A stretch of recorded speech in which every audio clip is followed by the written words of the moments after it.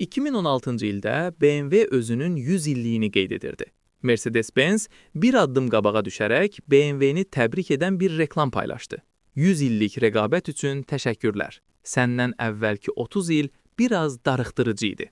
2016-cı ildə BMW özünün 100 illik yubileyini qeyd edərkən sadəcə ziyafət verməklə kifayətlənmədi. Rusiyanın ən işlək yollarından biri olan M4 magistralında rəqiblərinə unuda bilməyəcəkləri bir dərs keçdi. BMW magistral yolun ödəniş məntəqələrindəki xüsusi sürətli keçid zolaqlarını icarəyə götürdü. Bu zolaqların girişinə böyük hərflərlə bu elan vuruldu.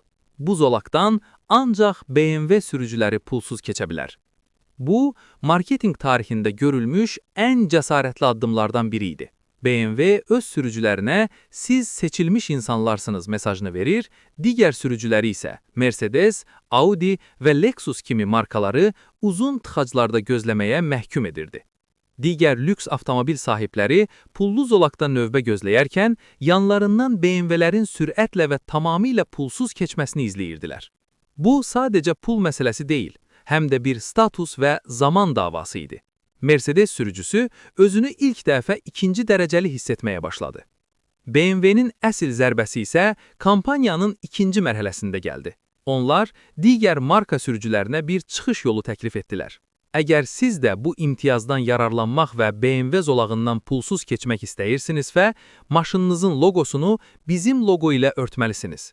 BMW işçiləri yol kənarında dayanıb digər maşınların üzərinə BMW loqolu maqnit stikerlər yapışdırmağa başladılar.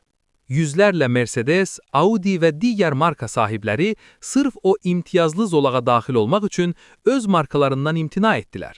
Maşınlarının loqosunu BMW loqosu ilə gizlətdilər. Yollar BMW loqosu yapışdırılmış Mercedeslərlə doldu. Bu BMW-nin rəqibləri üzərində qazandığı tam bir vizual hegemonluq idi.